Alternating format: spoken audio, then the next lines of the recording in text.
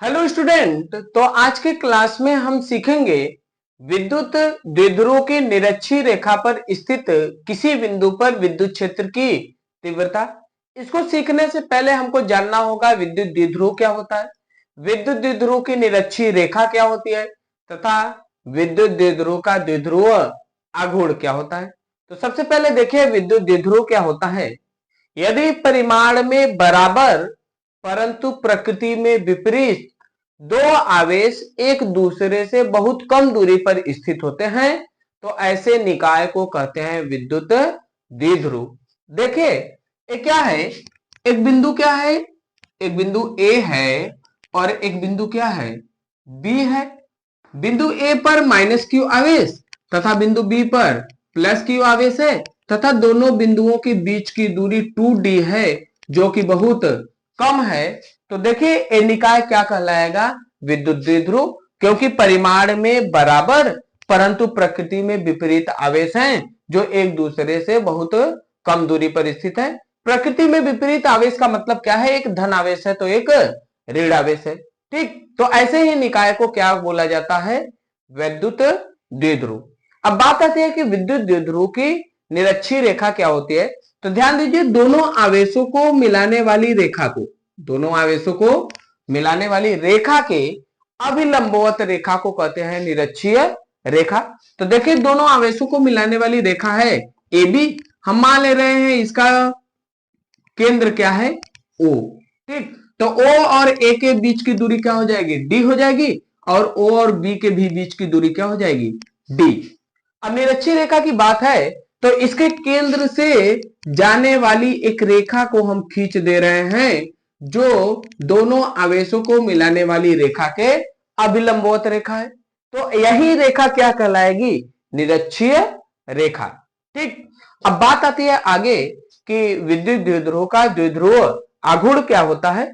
तो ध्यान दीजिए विद्युत द्विध्रुव के किसी एक आवेश के परिमाण तथा दोनों आवेशों के बीच की दूरी के गुणनफल को कहते हैं विद्युत द्विध्रुव का द्विध्रुव आघूर्ण, और इसको P से प्रदर्शित किया जाता है। तो P बराबर हो जाएगा किसी एक आवेश का परिमाण तथा दोनों आवेश के बीच की दूरी, यहां से आ जाएगा 2qd। यह है क्या, विद्युत द्विध्रुव का द्विध्रुव आघूर्ण। ठीक, अब हमको विद्युत द्विध्रुव के कारण विद्युत क्षेत्र की तीव्रता निकालना है। तो उससे पहले हमको जानना होगा कि कोई आवेश है, उस आवेश से r दूरी पर स्थित कोई बिंदु है तो उस बिंदु पर विद्युत क्षेत्र की तीव्रता क्या होती है। ध्यान दीजिए प्लस क्यू आवेश से r दूरी पर स्थित किसी बिंदु पर विद्युत क्षेत्र की जो तीव्रता का सूत्र होता है वो होता है E बराबर के क्यू बटे आर स्क्वायर। ठीक, अब ऐसे ही माइनस क्यू आवेश होगा तो उसके लिए भी सूत्र वही आएगा, E बराबर के क्यू अपान आर स्क्वायर। अब बात आता है कि जो विद्युत क्षेत्र है वो एक सदिश राशि है तो इसकी दिशा होगी। तो दिशा ज्ञात करने के लिए ध्यान दीजिए, अगर प्लस क्यू आवेश है तो इस बिंदु पर उत्पन्न विद्युत क्षेत्र की जो दिशा होगी वो प्लस क्यू आवेश से दूर होगी, दूर की तरफ होगी, जबकि माइनस आवेश के कारण इस बिंदु पर उत्पन्न विद्युत क्षेत्र की तीव्रता माइनस आवेश की ओर होगी। ठीक, तो दिशा कैसे निकाला जाता है, प्लस क्यू आवेश से दूर की तरफ तथा माइनस क्यू आवेश की ओर होती है, तथा किसी भी आवेश से r दूरी पर स्थित किसी बिंदु पर विद्युत क्षेत्र जो होता है वो होता है के क्यू अपान आर स्क्वायर। अब देखिए विद्युत द्विध्रुव में दो आवेश होते हैं।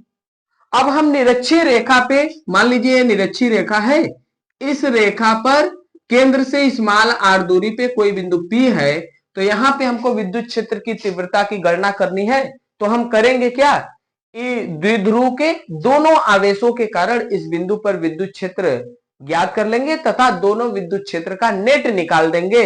विद्युत द्विध्रुव के कारण इस बिंदु पे आ जाएगा विद्युत क्षेत्र की तीव्रता जो कि एक निरक्षीय रेखा पर स्थित बिंदु है। ठीक है, तो आइए अब हम देखते हैं कि इसको कैसे ज्ञात करना है।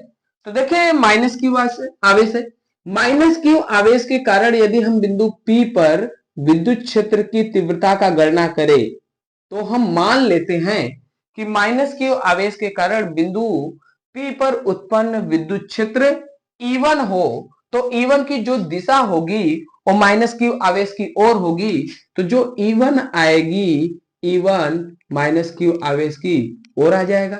ठीक है, ये हो जाएगा E1। ठीक, अब इस E1 का जो मान होगा वो हम निकालेंगे के क्यू अपान आर स्क्वायर, और ए वाला दूरी हम लेंगे आर। तो ए वाला दूरी निकलेगा कैसे, तो देखिए क्या है, ओ ए पी एक समकोण त्रिभुज है, तो यहां हम पाइथागोरस प्रमेय लगा सकते हैं। पाइथागोरस प्रमेय लगाएंगे तो कर्ण का स्क्वायर बराबर लंब का स्क्वायर प्लस आधार का स्क्वायर। तो हम ये दूरी क्या हो गया निकालना है, तो ये दूरी क्या हो जाएगा, कर्ण है। ठीक, तो कर्ण का मान निकालने के लिए हम क्या करेंगे, लंब का स्क्वायर प्लस आधार का स्क्वायर करेंगे जब, तो इसका मान आएगा हमारा R square plus D square under root में। ठीक है, अब इसको आगे जब हम हल करेंगे तो देखिए क्या करेंगे, लिखेंगे बिंदु ए पर स्थित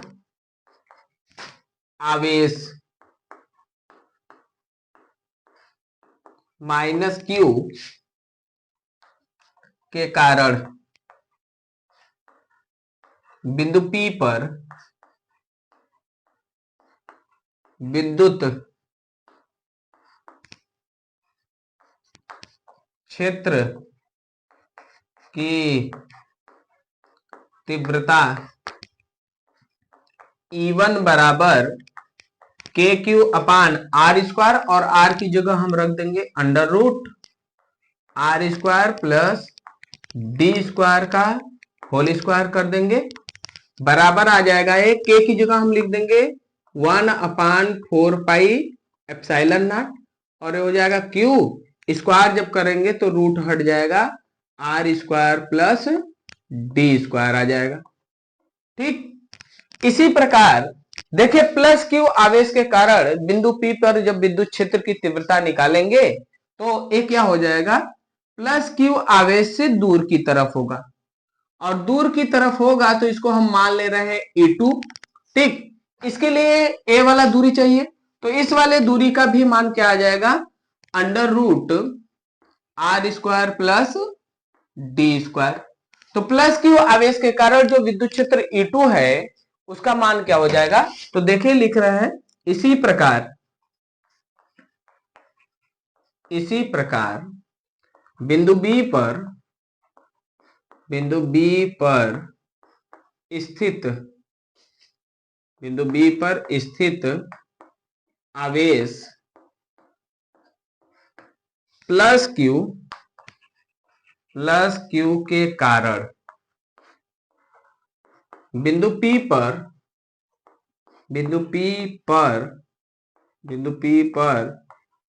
विद्युत क्षेत्र की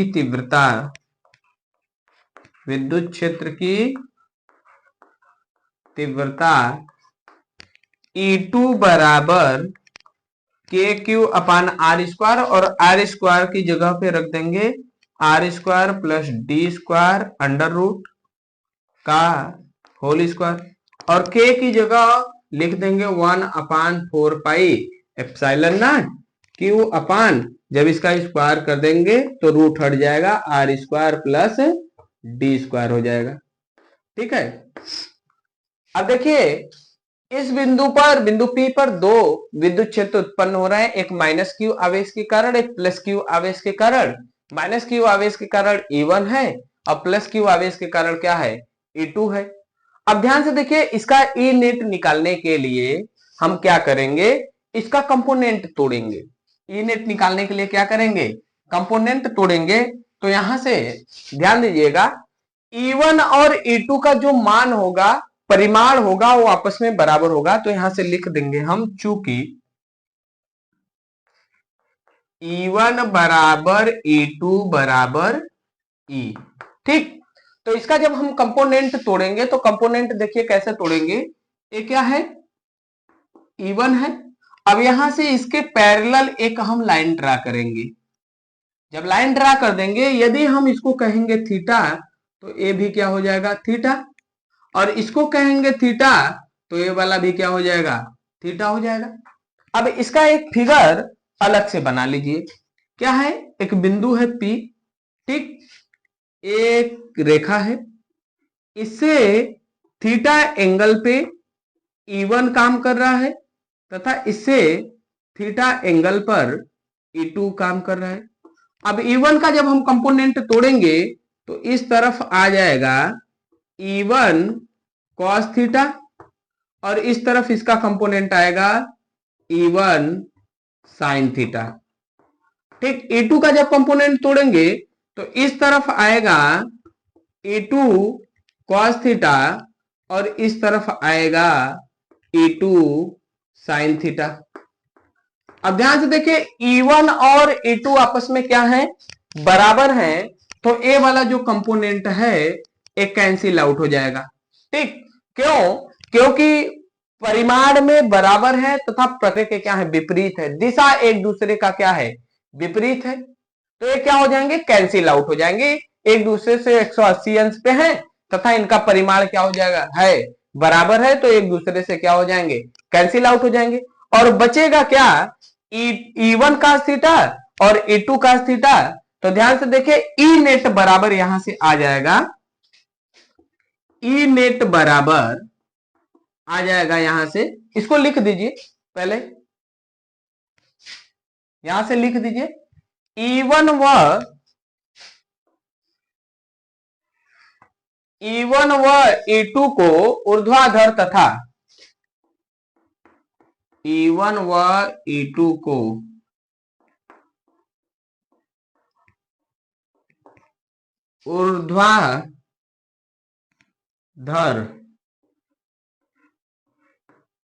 ऊर्ध्वाधर तथा क्षैतिज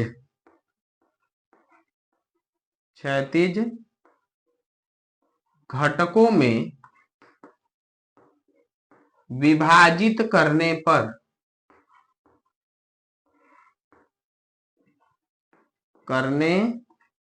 पर E1 sin थीटा व E2 sin थीटा एक दूसरे को निरस्त कर देंगे, क्यों निरस्त कर देंगे, क्योंकि ये परिमाण में बराबर है परंतु दिशा में क्या है, विपरीत है, तो ये क्या कर देंगे, एक दूसरे को कैंसिल आउट कर देंगे। तो यहां से हम लिख देंगे क्या, ई नेट बराबर आ जाएगा हमारा E1 cos theta plus E2 cos theta. ठीक, अब ध्यान से देखिए ई नेट बराबर हो जाएगा, E1 और E2 आपस में बराबर है, तो E1 बराबर E2 बराबर E है, तो E1 की जगह भी हम E लिख सकते हैं और E2 की जगह भी क्या लिख सकते हैं, E लिख सकते हैं। तो यहां से हम लिख देंगे E cos theta plus E cos theta बराबर 2E cos थीटा हो जाएगा। अब ध्यान से देखिए ई नेट जब यहां से हम निकालेंगे तो ई नेट बराबर हो जाएगा, यहां से 2 हो गया, 1/4 पाई एप्सिलॉन नॉट हो गया।